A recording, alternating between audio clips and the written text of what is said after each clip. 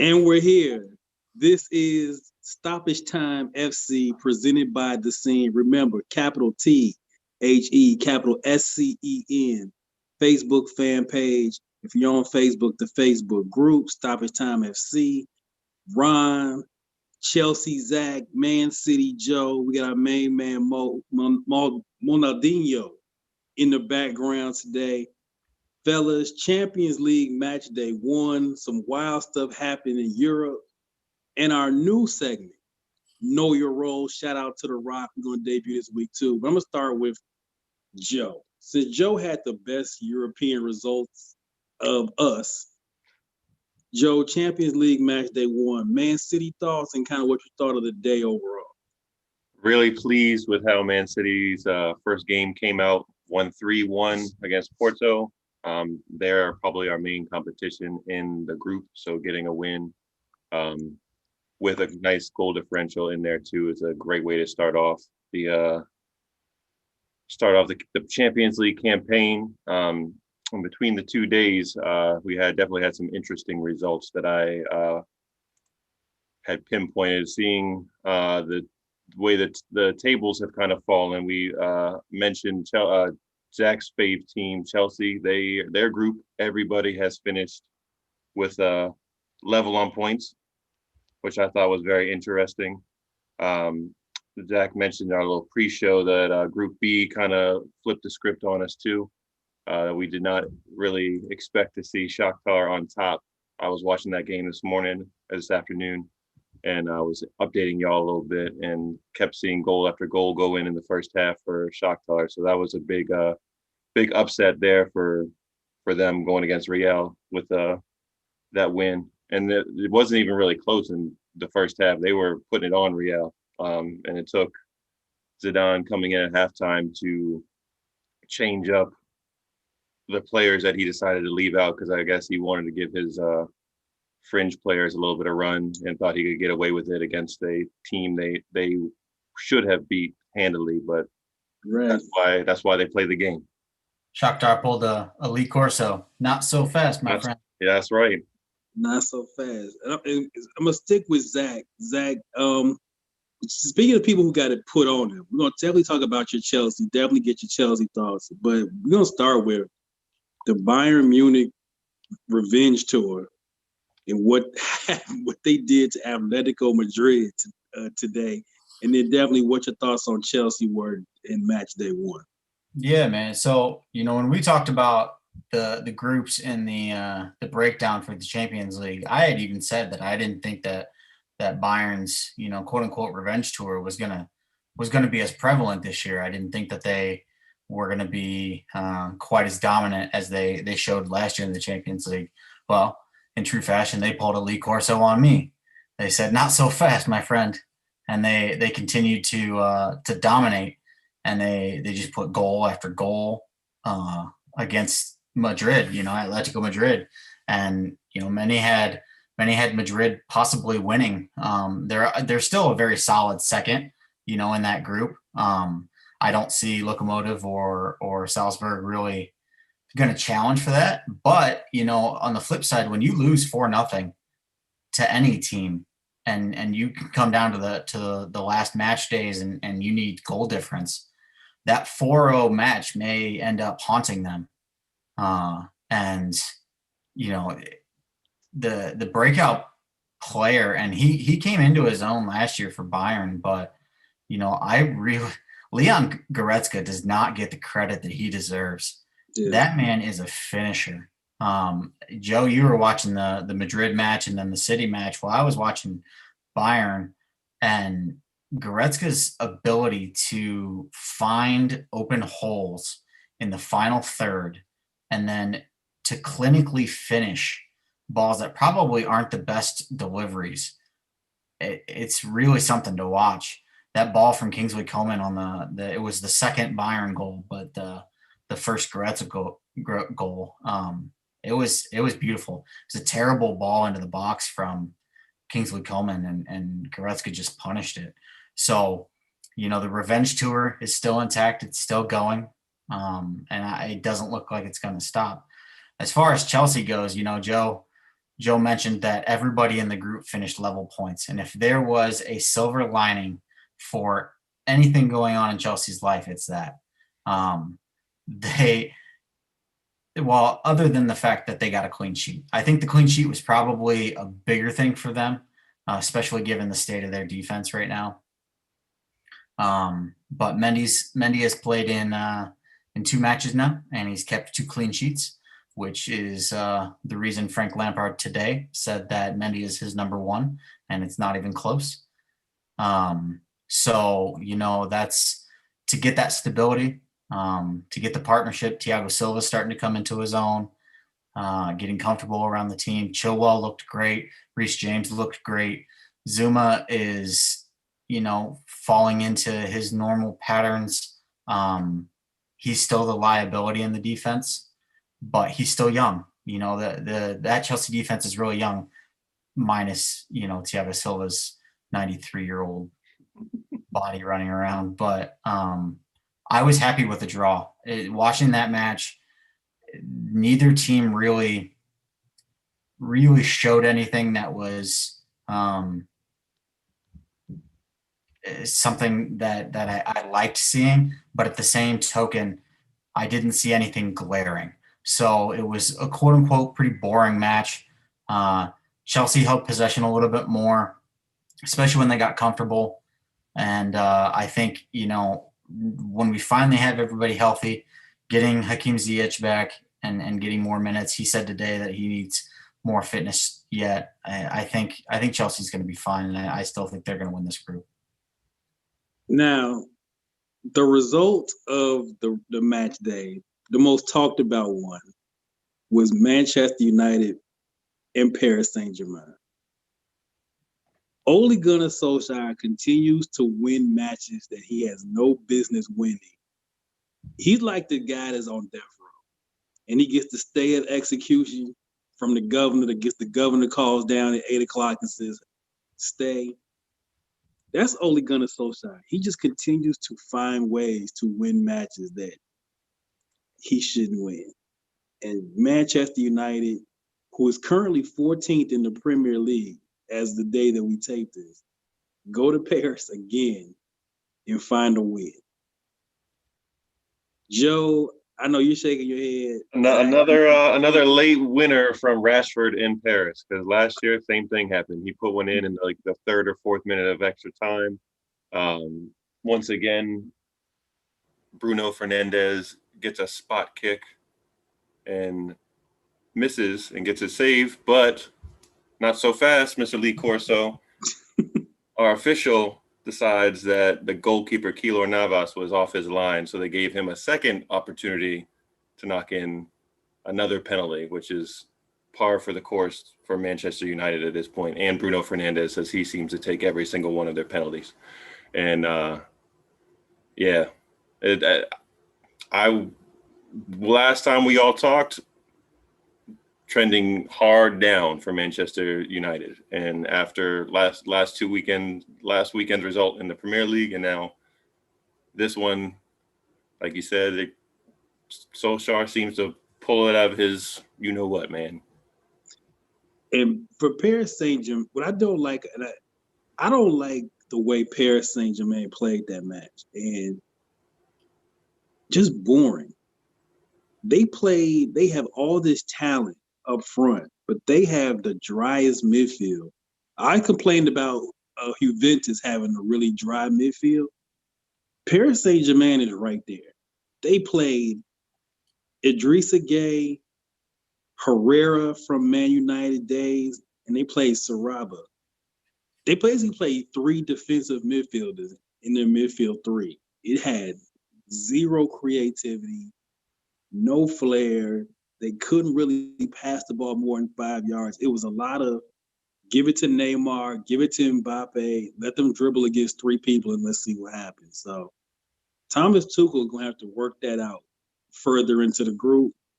But, credit to Manchester United for the win. But it was a very drab performance by PSG to start things off in that group. I was completely unimpressed. We weren't quite impressed with Manchester United's lineup either. We had a nice little group post going in Stoppage Time FC in our Facebook page, and we saw the lineup that they threw out there, and nobody was real I excited didn't like it either. about their lineup at all.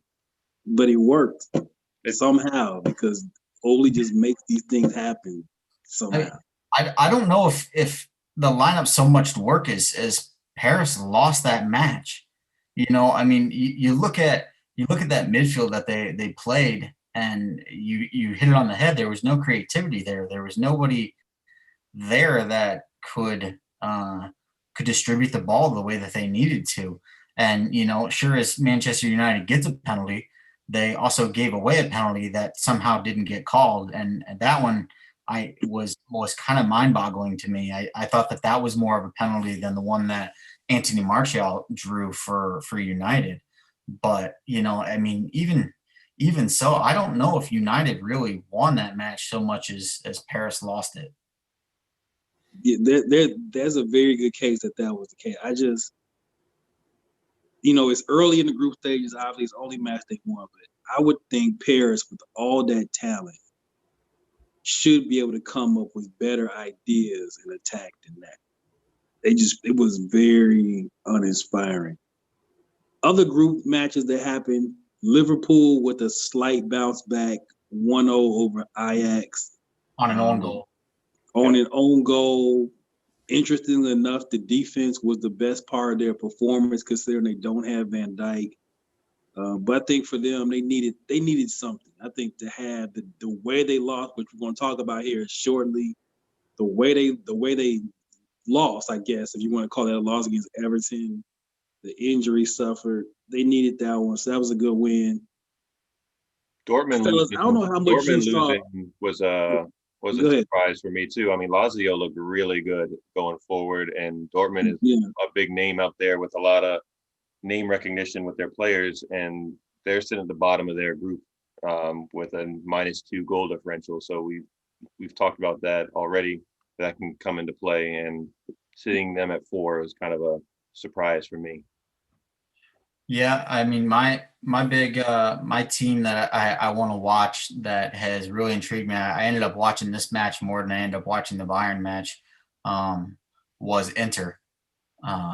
The result wasn't quite what they wanted against Borussia, but you know, it was a 2-2, you know, thriller. And I alluded to this earlier when I was talking to you guys, but my player to watch is Romelu Lukaku. The man has quietly been putting on a clinic.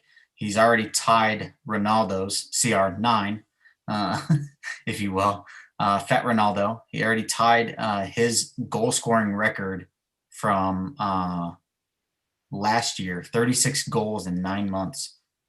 He tied Ronaldo's record, and he is on pace to, I think he, if not already broke it, he's on pace to break a 70-year-old Serie A record for goals as well.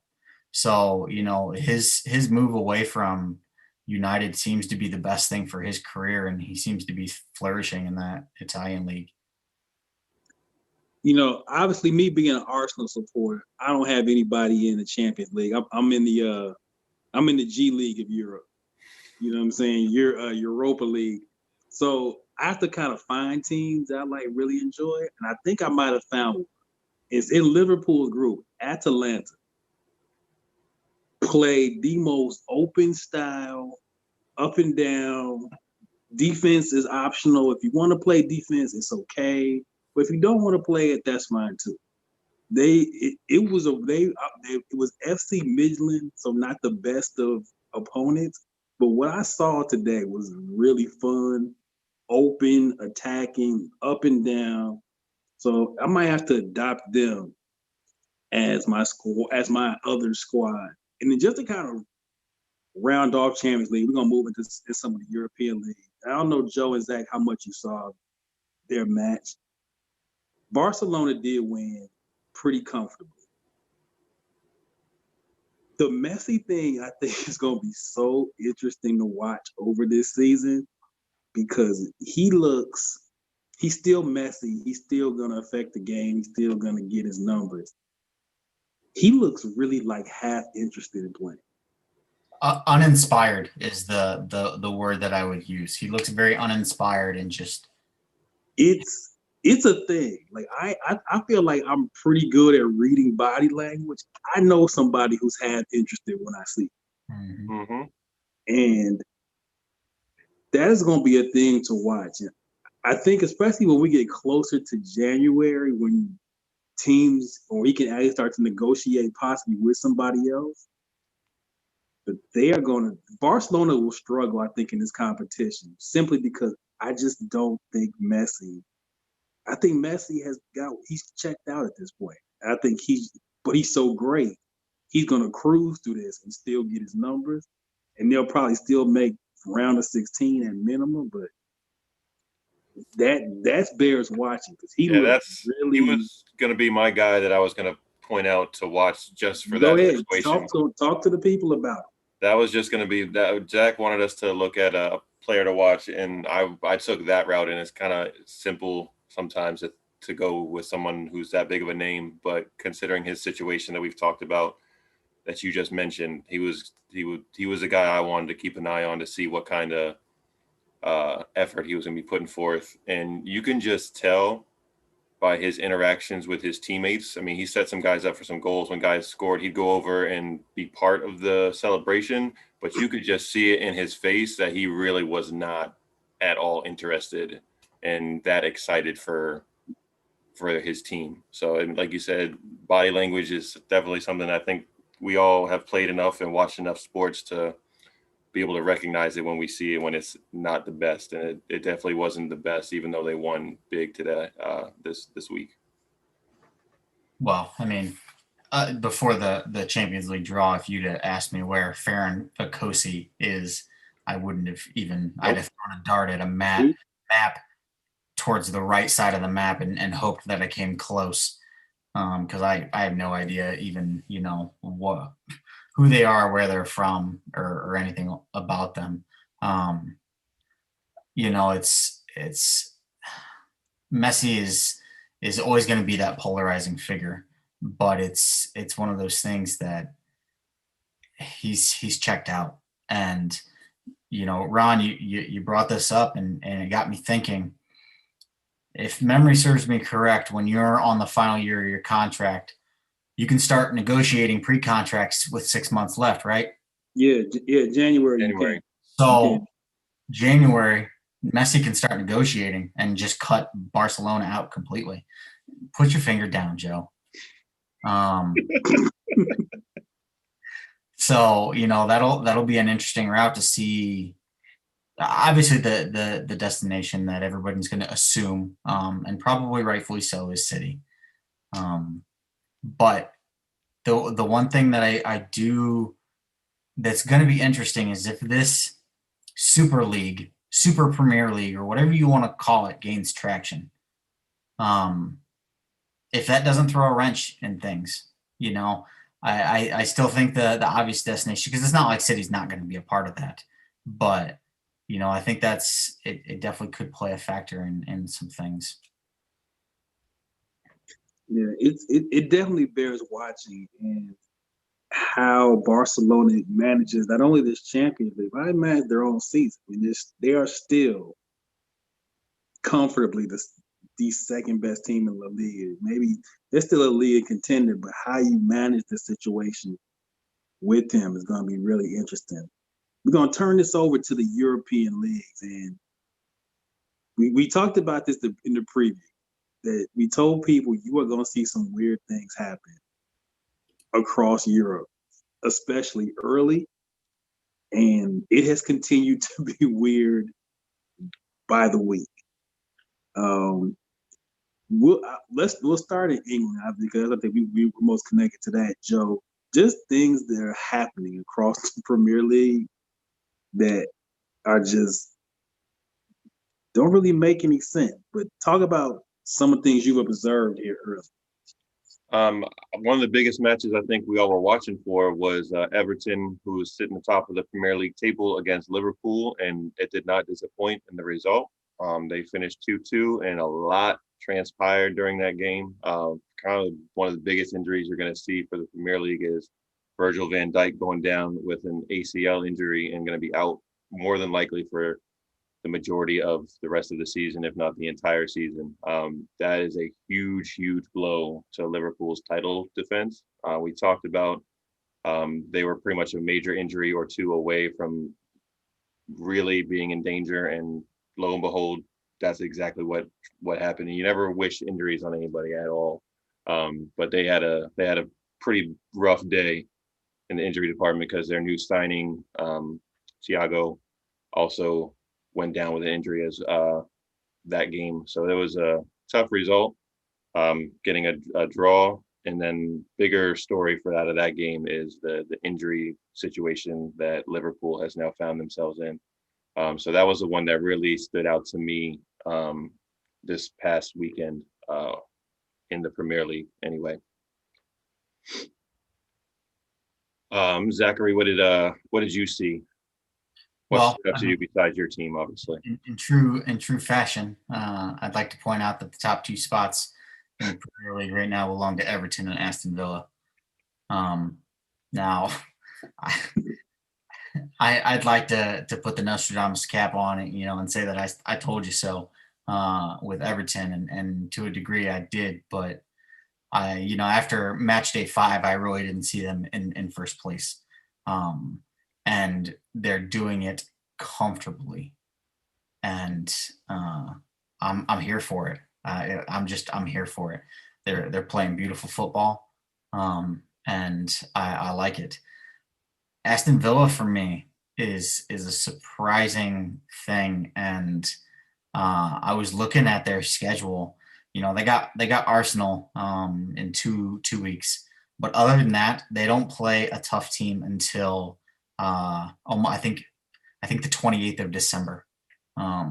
So we could very well see Villa in the top for quite a while, and Everton's the same way. I think they have Chelsea in the beginning of December, but I think that's really their only tough match as well.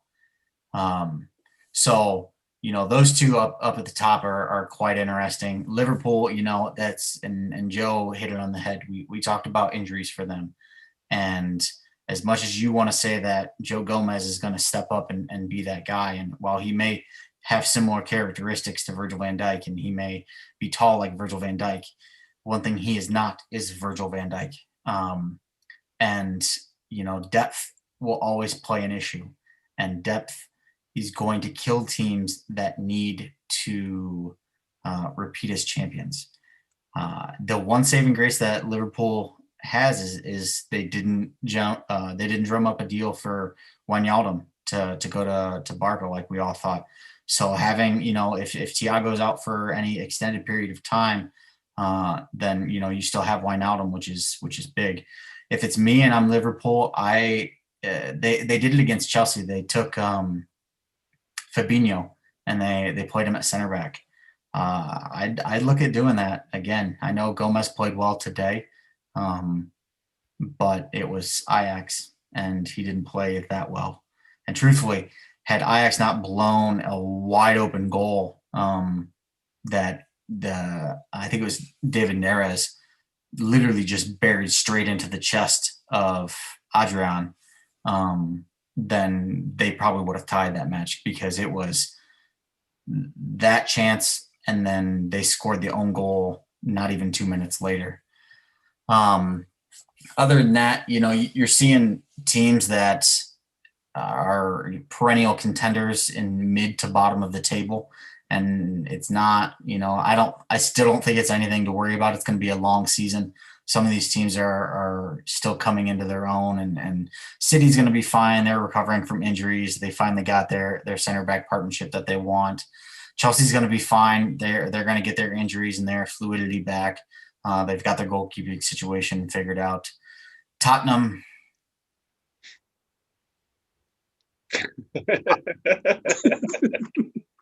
Tottenham's going to Tottenham. Tottenham is trick or treat. Man, you don't know what's going to happen when you open the door. And Leicester is fourth, even after a loss to Villa. So they're more of the same. Arsenal's sitting at 5th. They're playing good ball. Arteta's got them playing good ball. While we see a lot of crazy things up at the top, I don't really think that the Premier League is anything that's too crazy or wild. Sans, those two. I think what will be interesting is this next set to the next international break. When you get to the next international break, now you're at about 9 or 10 games played in the league. And at about 9 or 10 games in the league, you kind of figure out what's what. Everton, to Zach's credit, I think that's real. And the reason I think that's real is because if you look at their midfield, James Rodriguez, I think it's Allen. It's probably Alam, but I'm going to say Allen. And Decore as a trio is as good a trio as there is in the Prem right now in midfield. That is a real top midfield. And Dominic Calvert-Lewin has all of a sudden turned into like prime Harry Kane, prime Alan Shearer. He scores pretty much every week. So Everton, I think, is real. I think the rough start is okay for Chelsea. I think Chelsea and Man City, your two clubs, are set up that it is anybody who can take advantage of a Liverpool fall off. It's Man City and Chelsea purely because I think the talent, once it's all gelled together, I think it still is better than anybody that we named other than maybe Liverpool. I think they have the most talent. Manchester United, I still have to see it for 4 months. They have to show me they can play 5 straight matches before I really believe it. I still am not a believer in Ole as a long-term manager. So they are on prove it to me status. But although go ahead. The one thing that is interesting, and I didn't know this, and this completely blew me away, and I refreshed the page about 5 times because I didn't believe it. I thought it was a lie. OGS now has won 15 straight away matches, including all competitions. 15 straight. That's the only time in Manchester United's history that has happened. And you said win, right? Not drop points, right? If I saw it right, it was win. And that's the thing. He's proven that he can pull these results out of thin air. So, but I still think the inconsistencies of that squad and his inconsistencies as a manager will be a limiting factor. So just something for people to keep an eye on. I think when we enter into the November period, we get closer and closer to the winter holidays, you'll start to see things kind of start to water will find its level. But I think Zach is going to end up being very right about Everton long term. I think Everton is just if there's a team who can beat this year's Leicester. Leicester won a title 5 years ago in kind of a weird season, took advantage of it. If I can see Everton finishing 4th in this state of this Premier League, I think they have the things that you need to do it. Just kind of take a look at some other things around Europe. Barcelona, as I look at this table, I think is 8th. As I look at this right now, just again, now we talked about the Messi issue, but Barcelona is just not very good. No. I'd say they're the second best team in La Liga, but I don't know if this says more about La Liga or them. But I don't like much about that squad.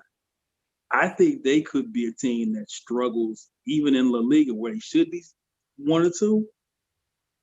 They could struggle unless Messi decides to get interested. But I don't really like what they have. I don't know, Joe, Zach, if you've seen much of them, but I just don't like their roster, period. They've already got the heir apparent, though. They've already got the guy to replace Messi, and for being, what is he, 17 now? 18? Ansu Fati? I think 17. I mean, the kid's for real, and he's doing it on the biggest stages. He's doing it for Barca. He's doing it for Spain now. Now, granted, he's got to do it in actual matches that matter for Spain, or he'll get the tag, Messi Jr. But I think he's obviously the heir apparent to the throne there in Barca. But you look at La Liga's table, 8th is Atletico Madrid, 9th is Barcelona, and 10th is Sevilla. 3 of the 4 Champions League teams from the La Liga are sitting mid-table. Yep. And the other one just lost today. Yep. That's 2020 football at its finest. Joe, before we get to our new and favorite segment, Know Your Role, anything else that the people in Europe, any other things that you've seen that caught your eye? I know there's one thing I saw. I'm gonna let you have it first.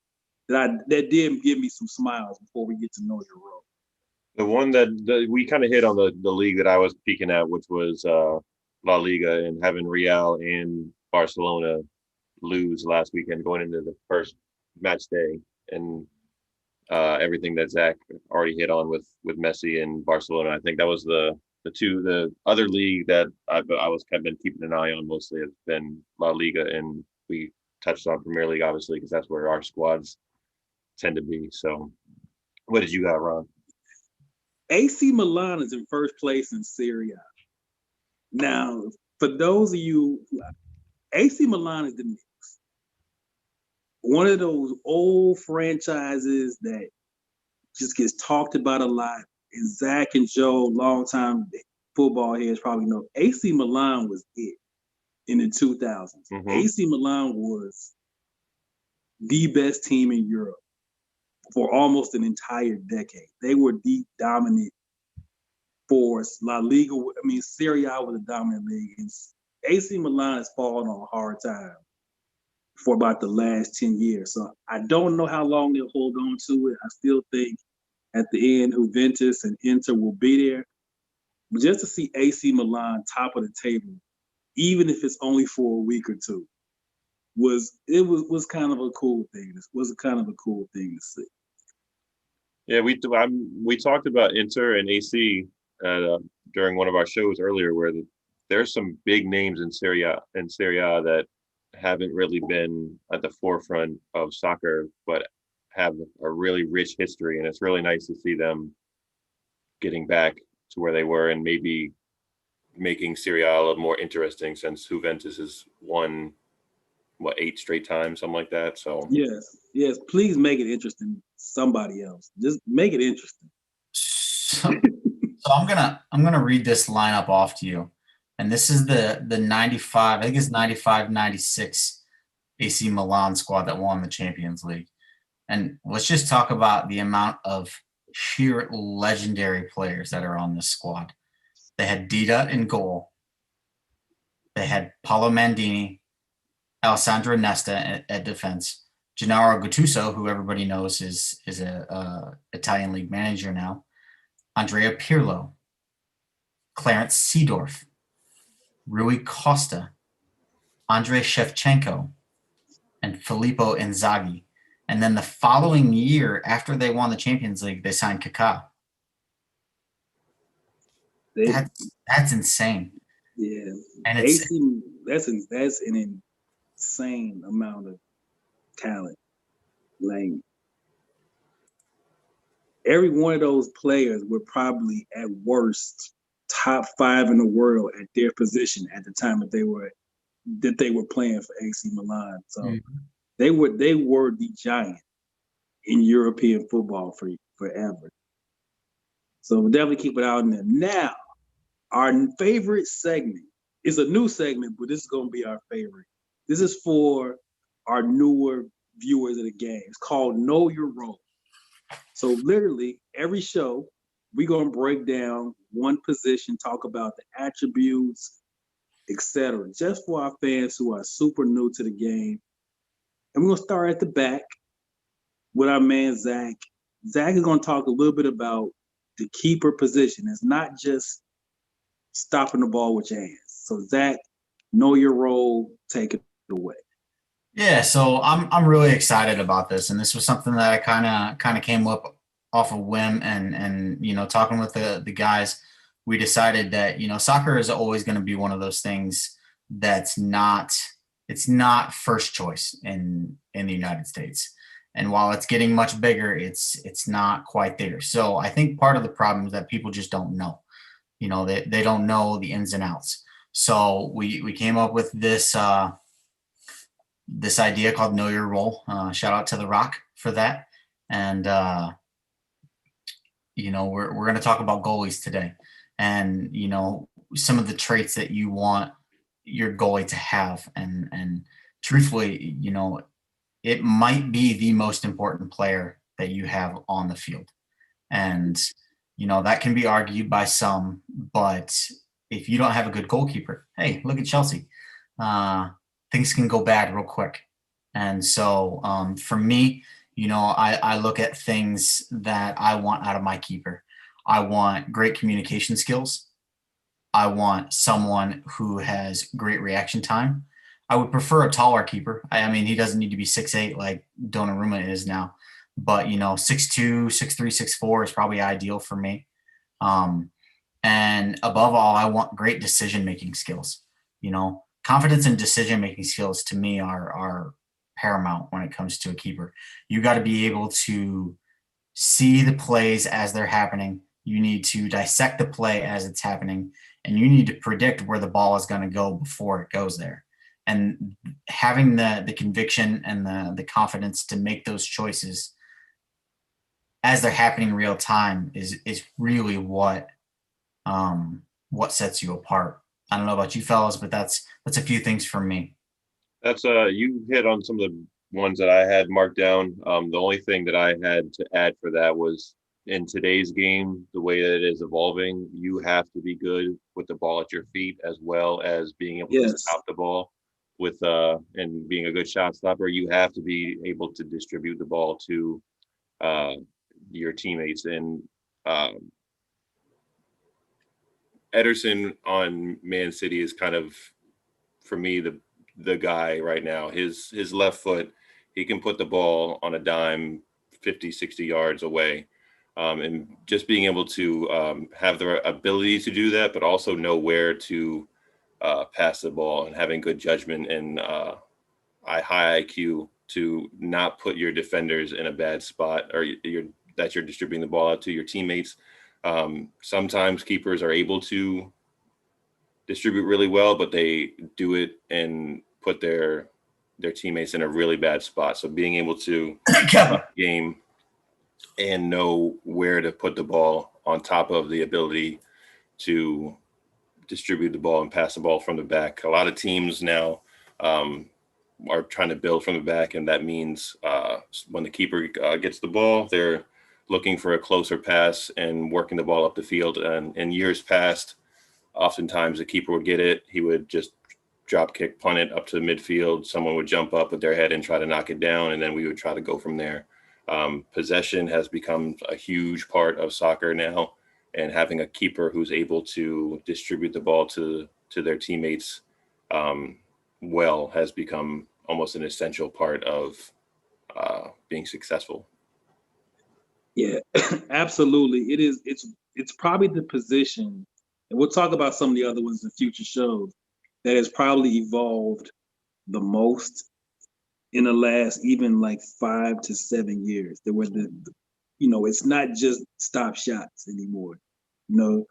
Back in the day, your worst football player was your keeper because he was never going to really have the ball at his feet at any point other than, as Joe talked about, kicking the ball downfield. But now you have to be a player as a keeper. So guys like Ederson, Allison, guys who can do that are now much more valuable and are more the standard. Zach had a question, like, who was your favorite keeper? Current day, I like Neuer at Bayern. I think him and Ter Stegen at Barcelona, I think are I think Neuer is better than Ter Stegen. It's interesting. Germany probably has two of the 5 best keepers in the world on their national squad with Neuer and Ter Stegen. Mm-hmm. Those are probably my 2 favorite. Kind of as a past keeper, I think he was such a villain. He looked kind of crazy. Was also from Germany, Oliver Kahn. He had like the hair that like kind of went down past his eyebrows. He had kind of the caveman look, kind of wild-eyed. So yeah, back in the day, Oliver Kahn, but today Neuer and Ter Stegen to me are my 1 and 2. Joe, how about you? If you could pick any keeper from history, who would be your choice? Due to his leadership skills and shot stopping ability and just durability, as much as I don't particularly care for him so much, Gigi Buffon is probably my guy just because of how well he's been able to perform over an extended period of time. He's a great leader for his team. He goes into battle every game, and you can tell he wants to be there. And I particularly like it when my keeper is one of the outspoken leaders of the team, since they get to see the most of the majority of the field from where they're at.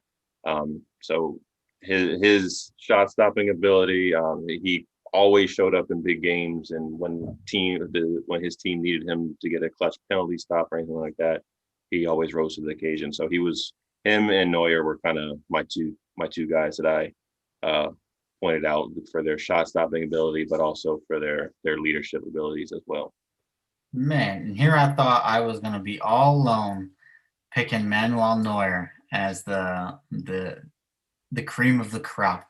I don't, when you as a goalie have a position renamed for you, the quote unquote sweeper keeper, as he is called, for his ability to literally come from a dead sprint inside his box and playing balls that are 40 or 50 yards away from him.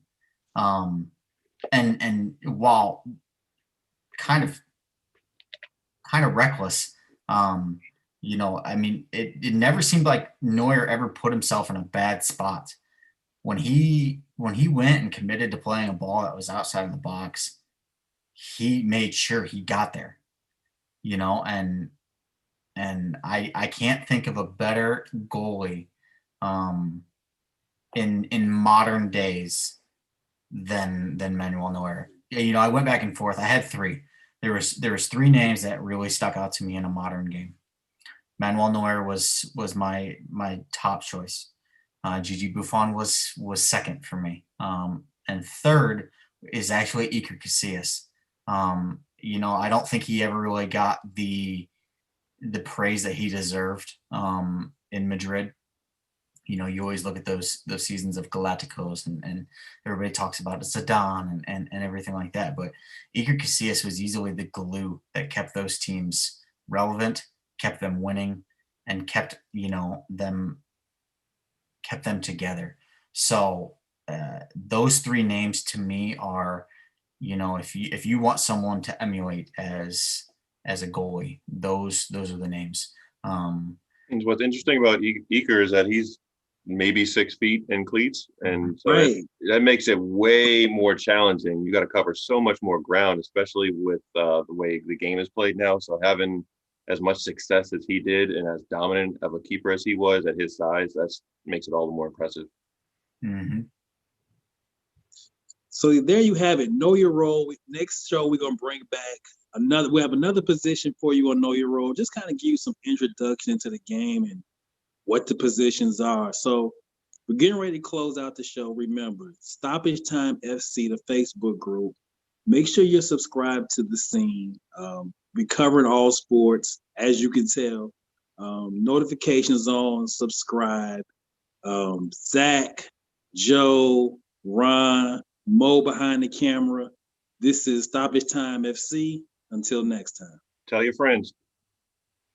Tag a friend, tell a friend. Absolutely.